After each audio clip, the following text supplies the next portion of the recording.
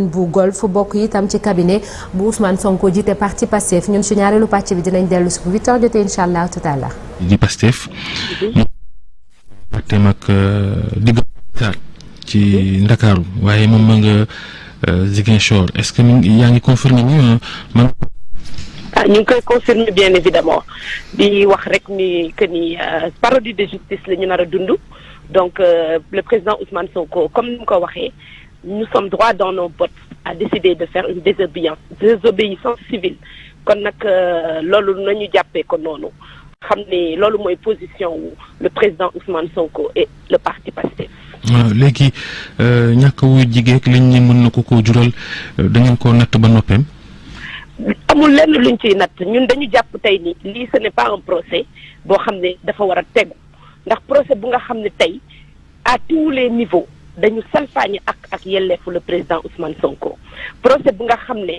lépp li nga xam ne daf ci nekk suñu ay droit dañ ko salfaañee te li nga xam ne leer na mooy li médecin bi wax li certificat médical bi wax li nga xam ne leer na li nga xam ne mooy complot bi nga xam ne l'enquête de la gendarmerie leeral na ko li nga xam ne leer na mooy président Ousmane Sonko à tous les niveaux ci processus bi saay bu wuy jee akam ak yelleefam dañ ko salfaañee kon nag tey ñun dañu gëm ni dañu nekk ci suñu yoon dañu ne c'est un procès juridique man ma ne c'est un projet politique et à question politique réponse politique. léegi lu tax mu taamu dem Ziguinchor toog fa. dafa am lu koy teree. ak kon bu ko neexee kay le président Ousmane Sonko est le maire de Ziguinchor. donc am na sañ-sañu nekk Ziguinchor donc loolu dara terewu ko te lu yoon terewul nit mën na ko def. léegi dem nga est-ce que bëggul yëngu foofa buñ ko ñëwee di ko jàpp dëkk ba yëngu xam ne ni Ziguinchor dafa xaw a sensible am na rébellion am na xëy na lépp est-ce que loolu mooy tànk yi am déet.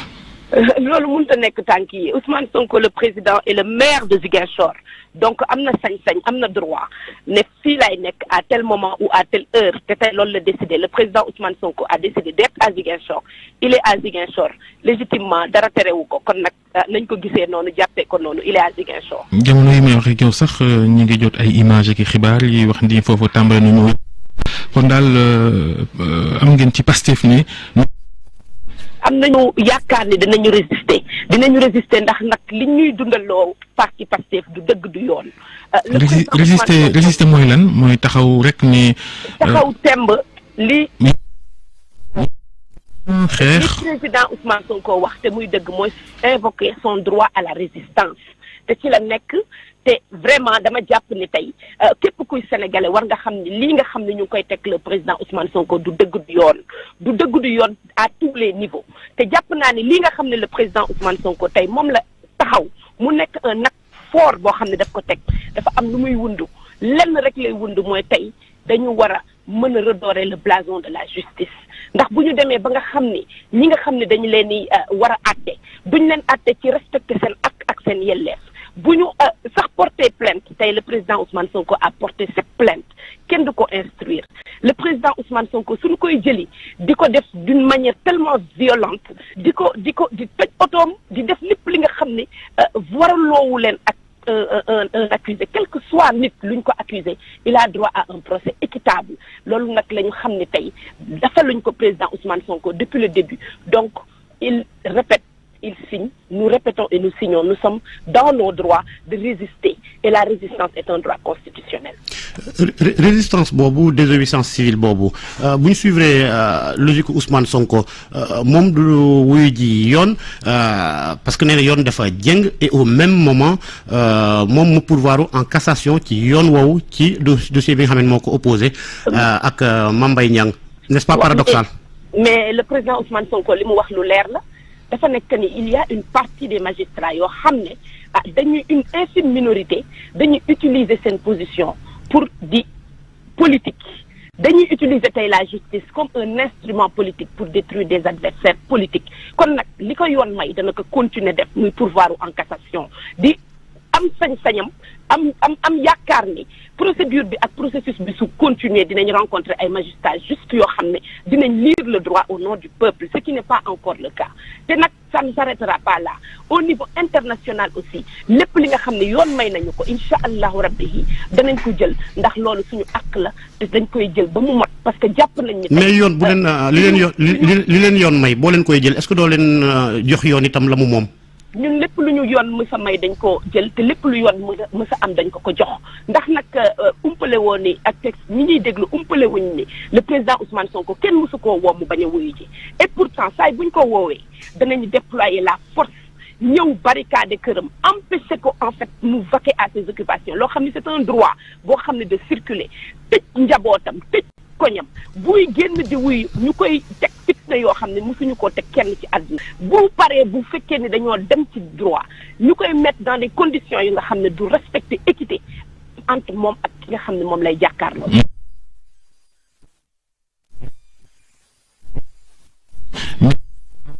Est-ce que Ousmane Sonko ak yéen est-ce que vous êtes cohérent ndax da ngeen moom dafa wax désobéissance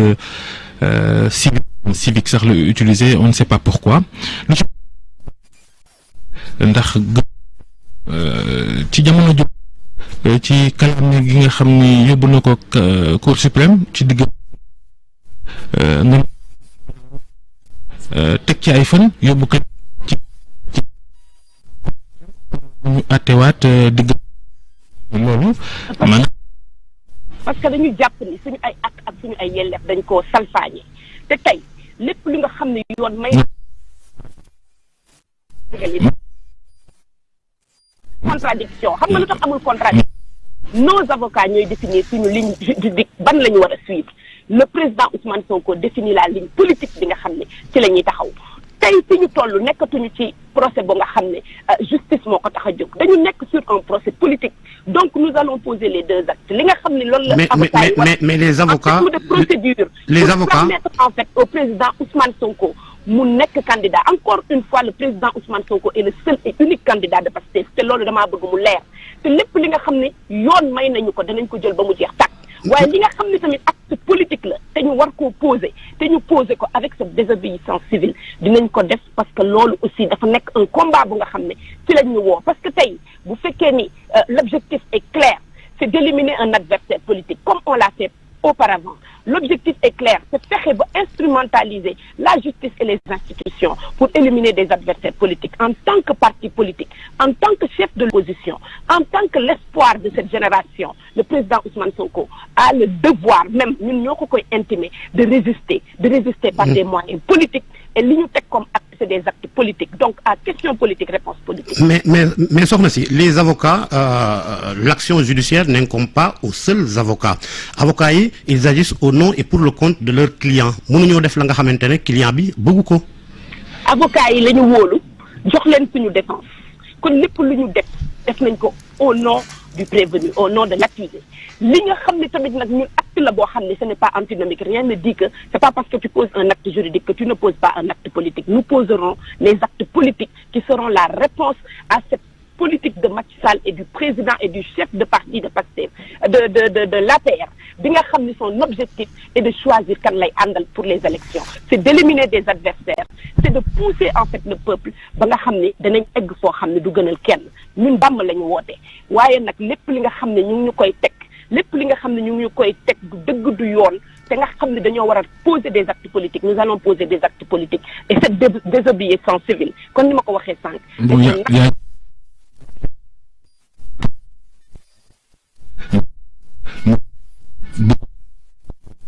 waaye samay avocat mën nañoo dem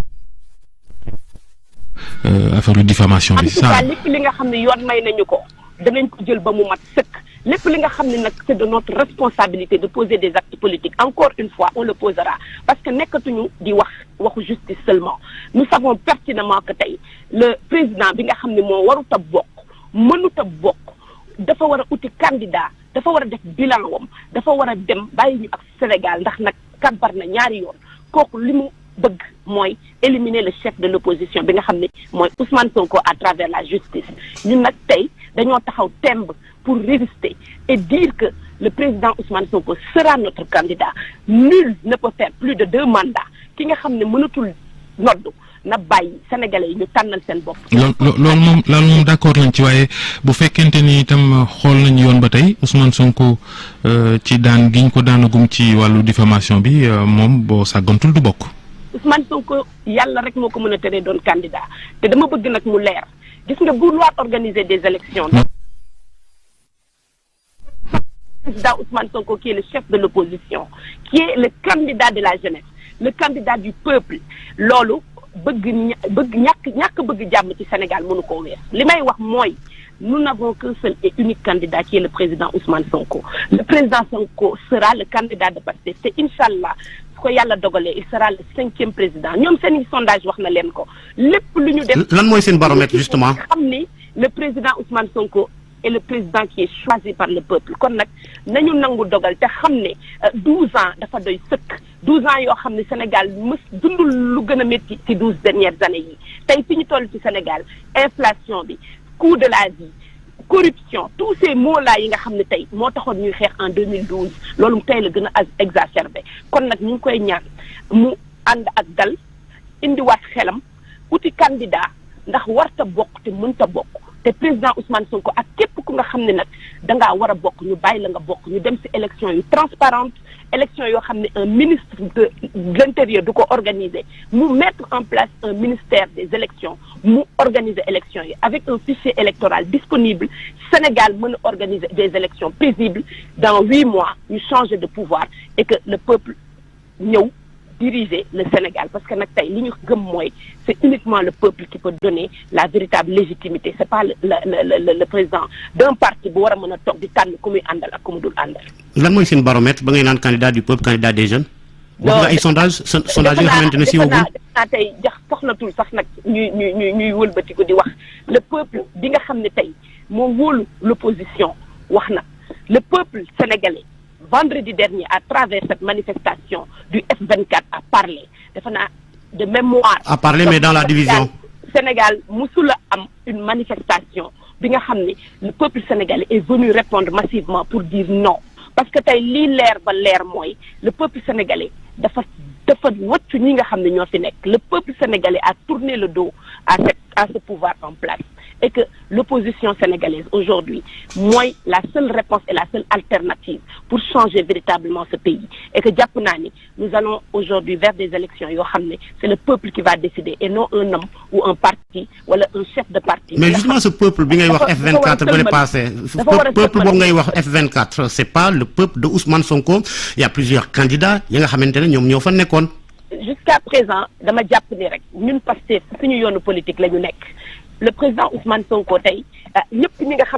ils suivent l'actualité politique savent très bien que son poids est incontestable ñëpp ñi nga xam ne tey ñu ngi def ay enquêtes di def ay sondages ñooñu di def ay sondages leer na leen ni seen sondage yi li mu leen wax lenn la c'est le président Ousmane Sonko qui va être le prochain président donc seen objectif ak seen stratégie yëpp mooy nan la ñuy def ba du bokk nan la ñuy def ba éliminer ko nan la ñuy def ba li mu waxoon mu mun koo am réduire l'opposition à sa plus simple expression ma koy wax rek ni ku dul yàlla mënta tere président Ousmane Sonko mu nekk candidat te ku dul yàlla mënta tere le président Ousmane Sonko mu nekk le prochain le 5e président du Sénégal kon nañu noppaliku te xam ni li yàlla bind nit munu ci dara nañu nangu te xam ni jeexal nañ ñu def seen bilan te bàyyi au peuple sénégalais mu choisir kan moo war a mën a présider à sa destinée. xanaa ay devin ngeen nag. duñu devin mais képp ku nekk observateur politique képp ku nekk sénégalais au niveau même de l'international ça xam nañ ni le président Ousmane Sonko est le prochain président du Sénégal kon nañu nangu dogalu yàlla te ànd ak xel ak dal bu mat sëkk bàyyi le peuple souverain mu décider kan moo war a présider à sa destinée à partir de 2024. xam naa escalier yi moom moytu ko bu fekkee ni Ousmane Sonko itam yoon dañu da koy àtte bu ñëwul défendre boppam tamit loolu day dina compliqué de suba diggam ak Adji Sarr ndax am na yu fa mën a ñoo xam ni moom rek moo ko mën a layal boppam ah. jàpp nañ ni parodie de justice la depuis le début parodie de justice la kon nag li ma ko wax rek wuyu ji wuñu désobéissance civile luñ ci góobe gar ko. et Georges. seen désobéissance civile boobu ba fan la mën a yem. niñ ko waxee rek je suis arrivé niñ ko waxee rek mooy lépp lu ñu décidé mooy du ñu wuyu ji lu état bi décidé rek ñu xam ne loolu la décidé. waaw mais li état décidé bokkut ak la ma la laaj seen désobéissance civile boobu ba fan la mën a yem. li ci kanam raw li bët.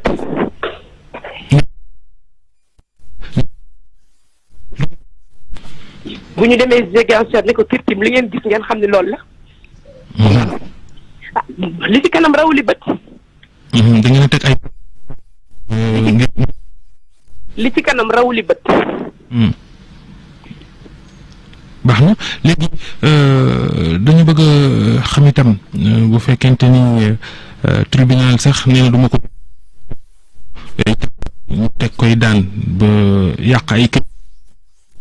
boobaa itam nu ngeen def da ngeen di ut candidat ngemb ko wala seet ci opposition bi ku ngeen di àndal ak ñoom sax. ñun amuñu plan B.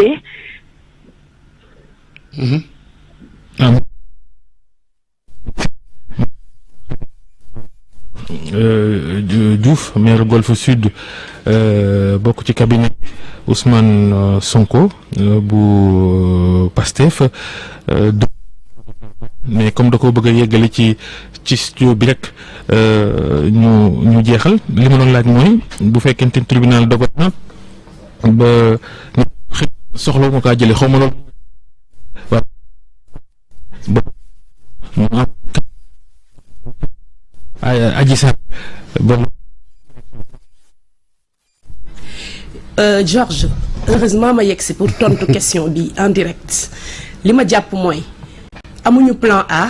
B C D ba Z ñun benn plan la ñu am et le président Ousmane Sonko il sera le candidat de Pastef te ku dul yàlla mënu koo tere kon nag damay wax rek mu leer une élection présidentielle au Sénégal sans le chef de l'opposition une élection présidentielle sans le président Ousmane Sonko du am kon nag nañ ko jàppee noonu te xam ni Pastef est le chef de l'opposition. chef boobu moom am na ku leen ko dénier. non kooku non débat la non événement la. man ta bañ a doon débat. pour man ndax il faut que mu am balance bu nga xamante ne ci loolu la ñuy déterminer kii mooy chef opposition. pour moom bu dee locales yi coalition ngeen demoon législative yi pareil. il appartient à l'histoire donc je pense que vous parlez du président Idrissa Seck man j'estime que ba mu ci tolloo def na la mu waroon def il appartient à l'histoire et nous nous concentrons sur l'avenir donc di wax rek ni encore une fois tous les patriotes sont mobilisés derrière le président Ousmane Sonko focus 2024 parce qu'on n'a qu'un seul et unique candidat pour les élections présidentielles et c'est le président Ousmane Sonko inchallah. nga ni li ñu teg Ousmane Sonko dikk naa ñoom seen ku ci mel ni Khalifa Sall noo gisee taxawaayam sant ñu gis ci ginnaaw Sonko dafa mel ni ko bett ndax moom ma ngay waaj a dialogue ji. mais man dama jàpp ni nous sommes dans une coalition bu nga xam ne chaque parti est indépendant et que chaque parti bu nekk am nga sañ-sañu am sa avis ak sa position sur n'importe quelle question donc la coalition Yewwi Askan Wi ne s'est pas encore prononcée sur cette question. parti bu nekk am na sañ-sañu wax xalaatam ñun suñu position mooy demuñu suñu position mooy dialogué wuñu suñu position mooy ki nga xam ni tey warta bokk mënta bokk il n'a pas besoin d'appeler un dialogue kon ñun tey li ñu jàpp mooy le président Macky Sall lenn lañ koy ñaan mu def bilan wam génn mu organiser des élections transparentes. gis nañu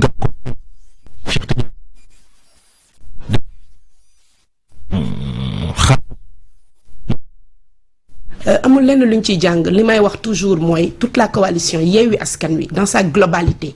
est derrière le président Ousmane Sonko ils le soutiennent ils l'ont dit ils ont posé les actes forts pour montrer que Sénégal lépp li nga xam ne mooy droit mooy ak yelleef suñ ko waree xeex ñun ñëpp ñooy ànd xeex ko te li ñuy teg président Ousmane Sonko il a la solidarité de toute la coalition Yewwi.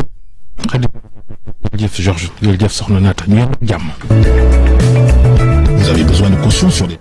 merci beaucoup Babacar Fall Georges Déthié Diop ak seen gan Khadija Mahécor Diouf di leen ñaanal ngeen yendu ak jàmm ak programme rajo Futur Média ñu dellu si ci ñaareelu pàcc Info Matin il est 8h bu leen fàtte ci kanam dinañ ànd ak El Hadj Daouda Mine ci jàngat bi tey jële muy taxaw ci mbirum Adji Sarr ak Ousmane Sonko lépp lu ñu war a xam ci liñ naan ordonnance de prise de corps dina ko leeral buñ ca noppee ñu dalal Alioune Tine moom moo sos lii di Afrikajom Center léegi ñu jàll ci xibaar yi yaatal ko ak Cheikh Tidiane Diaw.